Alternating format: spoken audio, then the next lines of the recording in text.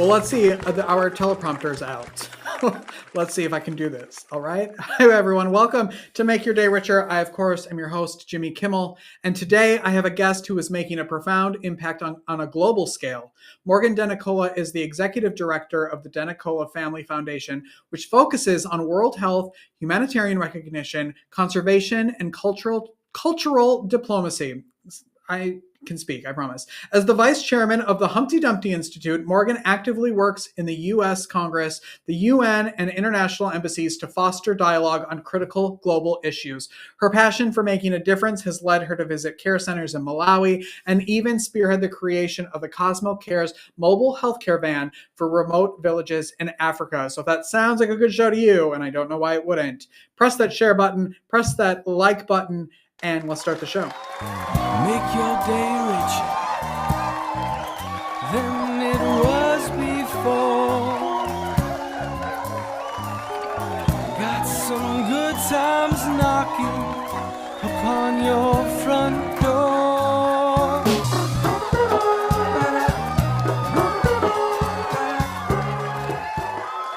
Morgan, thank you so much for being here. Thank you. Thank you for having me. I'm excited to learn more about you and the DeNicola Family Foundation. You're the executive director.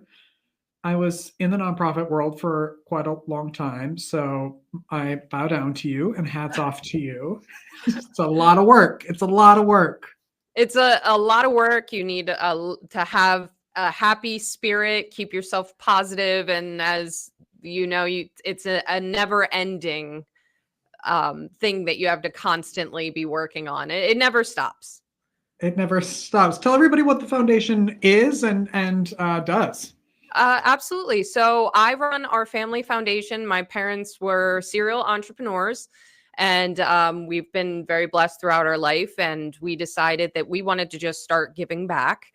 And that's my calling. I was all about giving back. So we focus on conservation. So we do things with like zoos, especially the Elmwood Park Zoo out here outside of Philadelphia. We also do humanitarian recognition. So we do things with the Super Bowl weekend. We hand out a humanitarian award for people in the NFL, front staff, players, coaches who give back to their communities. Cultural diplomacy, which is near and dear to my heart. We do I like to say we cultivate dialogues between groups of people that normally wouldn't be in the same room. So that's something that's difficult, but truly something that I love. And global health. We all have a lot of issues mentally, physically, emotionally. So mental health on a global scale is something that we are very passionate about locally and globally. So those are our pillars that we like to say. So we are humble out in Philadelphia. We do a lot of small programs, but then we do a lot of larger programs with embassies, members of Congress. So we're in everything from, raising funds, coats, foods, to trying to get different groups of people to have really serious conversations. That's a lot of work, of a lot of undertaking. That's a huge goal. That's a huge mission. How old were you when your parents set up the foundation? This was only a few years ago, actually. And I was in marketing for my family, and I was invited to on a trip to Africa. And I came back a completely and totally different a changed person. And I said, I don't think business is for me. I don't think marketing's for me. I need to do more. I need to find something more. And I'm very lucky that my parents have always just wanted us to strive for whatever our passion was. So we put our heads together and we created our foundation. It took a few years. It started as Cosmo Cares. My dad's name is Cosmo. So it started very small, Cosmo Cares, right? Cosmo Cares, and then evolved as we got more and more people behind us and momentum. We are able to create our family foundation. So we're still growing, but I would say we've only been around for a few years. Gosh, did you grow up volunteering? Were you in the philanthropy world growing up? Like, how did your parents instill that in you? Oh, well, my parents were always ones that said, we're very lucky. We were always very lucky, and our parents always made us very aware. Like you are in a unique position to be able to do the things that you do. And as I grew up, and I make friends with everybody, all walks of life. I love people. My parents are always like, you're just a lover. So You should have I a talk really, show. well, maybe I'm working on that. We don't know. I'll have you Come as on, my I can help. guest. But we throughout my life, I just realized how lucky we were, and I wanted to keep doing more and more. And I realized how great it makes you feel, but also seeing the reactions of other people when they're able to be seen and heard and felt and embraced. It almost becomes like oddly addicting, and you're like, who can I help next? How can I help the next person? And it just kind of continued. I got more and more passionate, and my family got more and more passionate, and it just kind of snowballed from there. But I didn't start out that way. I was a normal angsty teen, and doing crazy things out and about in college, and just started to realize what I really wanted to do. But I like to say I was doing everything, or I was trying to be everything that I wasn't, to figure out who I was. So, Yep, yeah. I hear that. Yeah. And what did you want to be when you were a kid, when you grew up? What did you think you wanted to do? When I was really little, I wanted to be an Olympic skier. Oh, That was I wanted very to specific. there's a video of me in kindergarten saying I wanted to be in the Olympics. But I grew up in Pennsylvania, and it's close enough to the Poconos, but it's not prime for spending the rest of your life trying to make it to the Olympics. And so from that, I then went into wanting to be a teacher, went to school to be a special education teacher. And then realized that wasn't quite it. And I went back to school to be a vet tech. Loved animals, but my heart was, I cried a lot. I wanted to do that too. Yes. I used to play veterinarian when I was a kid. And then I realized, like, if you do that, those are going to be real animals. And Yeah. I don't want to do that. Yeah. And I have a menagerie of animals at home, and I was like, I would just end up keep adopting, and it would just snowball. So I knew that I wanted to help. I just didn't know if it was kids, special needs, animals, and now I kind of am lucky enough I Do it all. do it all. Yes. That's amazing. Can you talk a little bit about and go a little deeper into like what a foundation is and how, I think people think like, oh, not like you're helping nonprofits, foundations help nonprofits. Where does the money come from? And like, how can people get involved with the foundation?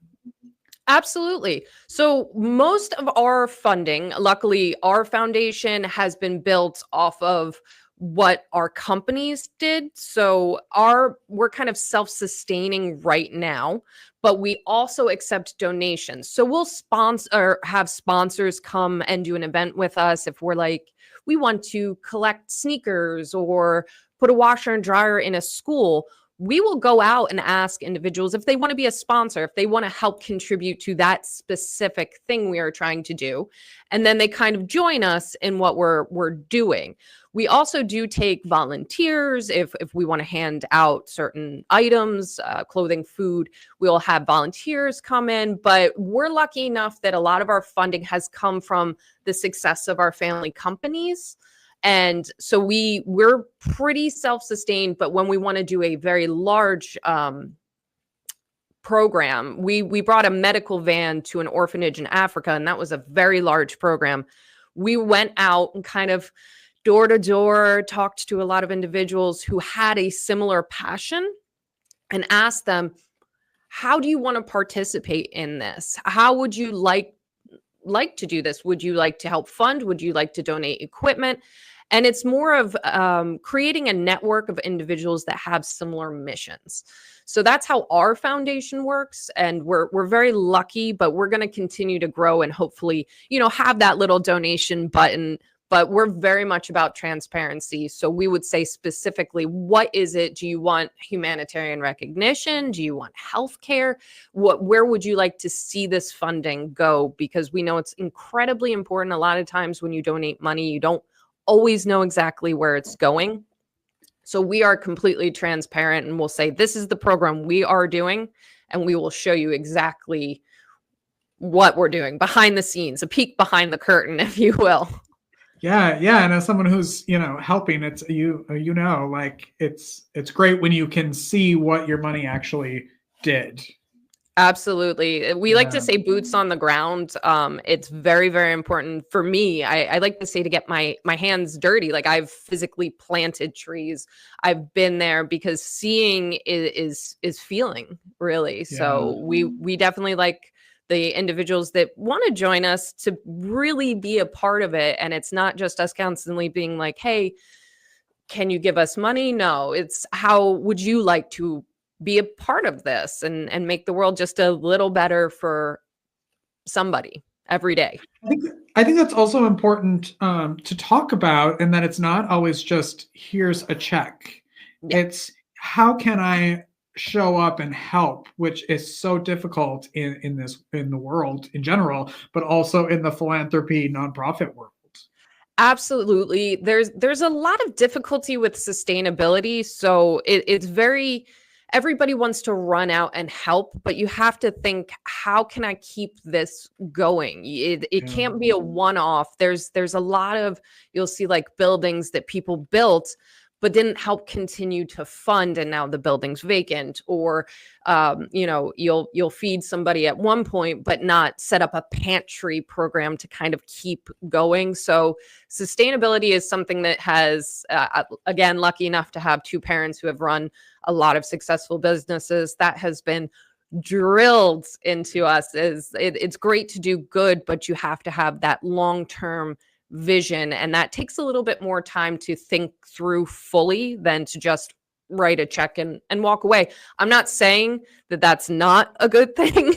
Donating money is great, and you should feel good about that. But as somebody who runs a foundation, the importance of that sustainability and that continued engagement, it's near and dear to our heart, and very important for the recipients.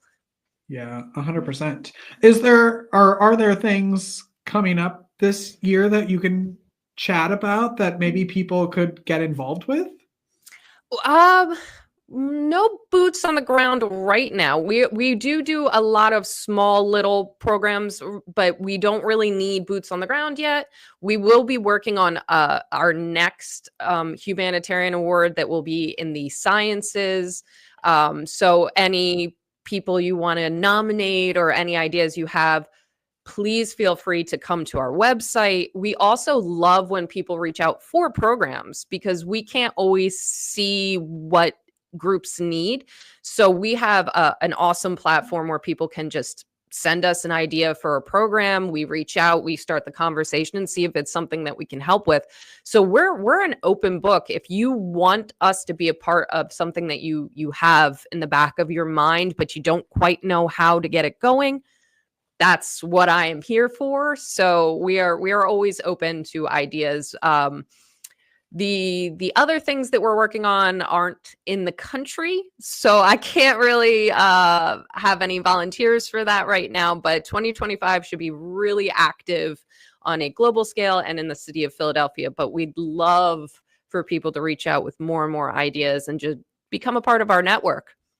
And how do people reach out? What's the best way to connect? You can go on our website, the DeNicola Family Foundation, and there's a form, contact us, and that goes straight to me. Don't worry, you're not going through a million different people. Straight to me. I live my job, so you can email me at midnight, and I might email you right back. Don't email her at midnight. Let her sleep. As someone who ran a nonprofit, do not email her at midnight and expect a response. I'm taking that out of this interview. But I am very active. You can also find me on all social media. My social media is a little bit more fun and playful. It's not just my job. It's very much me goofing with my animals. So you can find me at Morgan DeNicola or Morgan Sliker DeNicola. That's my married hyphenated name. And feel free to reach out. I'm a person, and I'm a very social person, so I am always willing to engage and help any individual in a way that I can. During working hours. During working hours. But yeah, we're just looking for that engagement. So please go to our website, DeNicola Family Foundation, or find us on social media. Also, DeNicola Family Foundation is on Facebook. Shoot me a message, and I would love to hear from you. Good. What do you love most about your life right now? I love that I can have a positive impact on the people around me. I think love, light, smiles are contagious, and the more that I can put out there, the more I feel. And I think that's the best part of me, my life right now is being able to engage with people, allow them an opportunity to feel seen, empathized with, understood, heard, and to just, I have a pretty crazy sense of humor, so I'm always trying to make people laugh. And the best part of my life is just having a positive impact on anybody I engage with. What's the craziest animal you have? It sounds like you have a zoo. So what kind of animals do you have? I right now have 3 dogs and a cat, 2 tortoises, and a leopard gecko that I've had since 6th grade. Yes, I did have a rabbit and a ferret as well, but they passed recently. So I no longer have that little menagerie, but we are having a discussion about potentially getting chickens. So we will see if that happens. I don't know. We'll see. I also kind of oddly want a goat, but I travel a lot. I don't know who would babysit a goat for me. What? I'll babysit. You'll babysit a goat? Those are so cute. Yes. I remember when I was a kid, for whatever reason, because I grew up in the middle of Wisconsin, at Walmart, there was like a thing set up at Walmart when I was a kid, and you could go like buy a goat or whatever. And I begged my mom, and she of course said no, but she was like, if you have the money for it, you can have it, but like, this is your pet. And I debated for so long because they're so cute. Hey, if you have a goat, you don't really need a lawnmower. That's kind of my logic behind that. But I don't know. I'm trying to justify, but I also have to leave at a moment's notice. And but I seem to continue to collect dogs. I adopted my most recent one only 2 months ago, and she has a few issues we're trying to iron out. But who knows what I'll end up next week. I do love the animals. Well, the name of this episode is going to be Get a Goat, Don't Buy a Lawnmower. So I love it. Thank you for doing that. Thanks for doing the work you're doing, for coming on and talking about it, and sharing your story. Thank you. Thank you for having me. This is a lot of fun, and I hope we can continue to have some great conversations. Yeah, come back anytime. The DeNicola Family Foundation. This is Morgan DeNicola right here.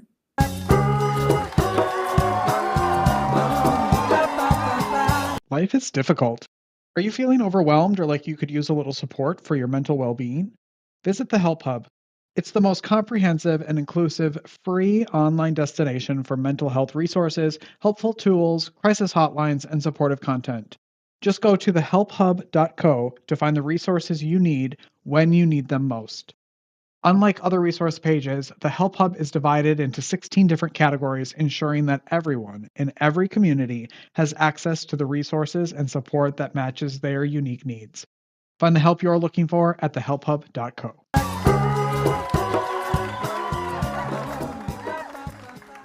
Welcome back, everyone. Hey, remember that this Friday in Waxhaw is the 4th of July parade, and I will be there introducing all of the floats. If you want to come, it starts at 10 o'clock. Stand around Mary O'Neill's and hang out with me while I announce all the floats that are passing by us. It should be a really fun 4th of July morning that starts at 10 o'clock downtown Waxhaw. All right, that's all I have to share with you today. Oh, there's a new episode. Hello, there's a new episode of Gorilla HR Human Resources from Gorilla HR. And I help with their podcast. I help Becky with her podcast. You can look her up at gorilla-hr.com. Here's a clip of this week's episode. Well, I have somebody in my life, and this person was going through a struggle, a really bad struggle, and their employer came to them and said, here's the deal. We've noticed some changes in your behavior. We sense some agitation and some anger. And so what we're going to do is we're going to hook you up with our HR department, and you have to go see a therapist within 2 weeks. And if not, then we're going to have repercussions, So I see that side, but then you also have the side of it where people are like, I can't go ask the HR department because if I do, then there's a stigma with this, and they're going to say, oh, and then word's going to get around the office or the company, or they're going to think I can't do my job effectively. I know, and I hate hearing that. Yeah. I hate that because I'm an HR practitioner. That's what I've been my whole career. And if you have an HR person that's talking about it, then that person shouldn't be in that job because that HR Correct. person is there to help you be successful. I know people don't always embrace that, just like you're saying, they view it as like, oh, I can't go tell them something. You can get Becky's podcast wherever you get podcasts and YouTube. And if you need help with your podcast, send me an email at makeyourdayricher@gmail.com and we can get you hooked up and started and having fun podcasting. All right? Go make your day richer. Go make somebody else's day richer. You've made mine by watching this show, and I love you for it. Have a wonderful day, everyone. We'll see you tomorrow. Bye-bye.